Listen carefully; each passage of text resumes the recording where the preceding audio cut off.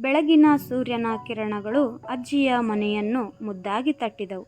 ಅರ್ಜುನ ಹಾಸಿಗೆಯಿಂದ ಎದ್ದು ಮನೆಯ ಕೆಲಸಗಳನ್ನು ಮಾಡಲು ಅಜ್ಜಿಗೆ ಸಹಾಯವನ್ನು ಮಾಡಿದ.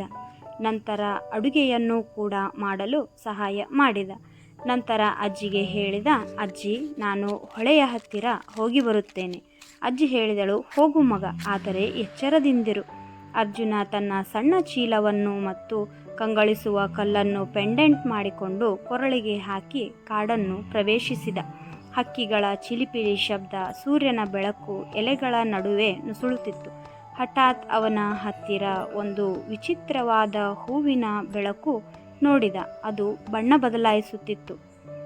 ಅರ್ಜುನ ನಿಧಾನವಾಗಿ ಹೂವಿನ ಹತ್ತಿರ ಹೋದ. ಅದು ಹೇಳಿತು, ನಾನು ಜಾದೂ ಹೂವು. ನಾನು ನೀರಿಲ್ಲದೆ ಸೊರಗುತ್ತಿದ್ದೇನೆ. ನನಗೆ ನೀರು ಕೊಡುತ್ತೀಯಾ?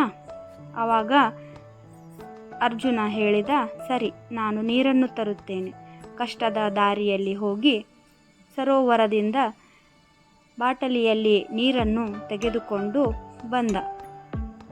ಸರೋವರದಿಂದ ಬಂದ ನಂತರ ಹೂವಿಗೆ ಬಂದು ನೀರಿನ ಹನಿಗಳನ್ನು ಸುರಿಸಿದ. ಹೂವು ಬೆಳಗಲು ತೊಡಗಿತು. ನೂರಾರು ಬಣ್ಣಗಳಿಂದ ಕಂಗೊಳಿಸಿತು. ಹೂವು ಸಂತೋಷಗೊಂಡು ತನ್ನ ಬೆಳಕಿನಿಂದ ಒಂದು ಬೀಜವನ್ನು ಕೊಟ್ಟಿತು. ಅರ್ಜುನ ಸಂತೋಷದಿಂದ ಮನೆಗೆ ಹಿಂದಿರುಗಿದ. ಬೀಜವನ್ನು ತೆಗೆದುಕೊಂಡು ನಿಧಾನವಾಗಿ ಮನೆಯತ್ತ ಹೊರಟ. ಅಜ್ಜಿಗೆ ಭೇಟಿಯಾದ. ಅಲ್ಲಿ ನಡೆದಂತಹ ಎಲ್ಲ ಘಟನೆಗಳನ್ನು ಅಜ್ಜಿಗೆ ತಿಳಿಸಿದ.